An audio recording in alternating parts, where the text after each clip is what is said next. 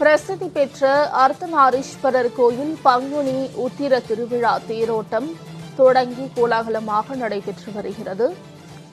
சிவன் பார்வதி வேடமணிந்து திரளான பக்தர்கள் பங்கேற்று சுவாமி தரிசனம் செய்து வருகின்றனர்.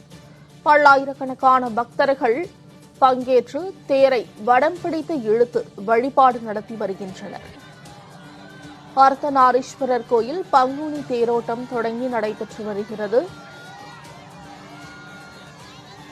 இதுகுறித்த கூடுதல் தகவல்களை செய்தியாளர் இளையராஜா வழங்க கேட்கலாம். இளையராஜா, பங்குனி தேரோட்டம் குறித்த மேலும் விவரங்களை பதிவு செய்யலாம்.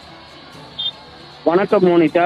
கள்ளக்குறிச்சி மாவட்டம் உளுந்தூர்பேட்டை அருகே உள்ள எலவனசூர் கோட்டையில் பிரசித்தி பெற்ற அர்த்தநாரீஸ்வரர் கோவில் உள்ளது. இந்த கோவிலில் ஆண்டுதோறும் பங்குனி மாதத்தில் தேர் திருவிழா வெகு விமர்சையாக நடைபெறுவது வழக்கம். அதன்படி இந்த ஆண்டு நடைபெற்ற தேர் திருவிழாவில் முக்கிய நிகழ்வான தேரோட்டம் இன்று கோலாகலமாக நடைபெற்றது. இதில் பிரகன்நாயகி அம்மனுடன் அர்த்தநாரீஸ்வரர் முக்கிய வீதி வழியாக வீதி உலா நடைபெற்றது.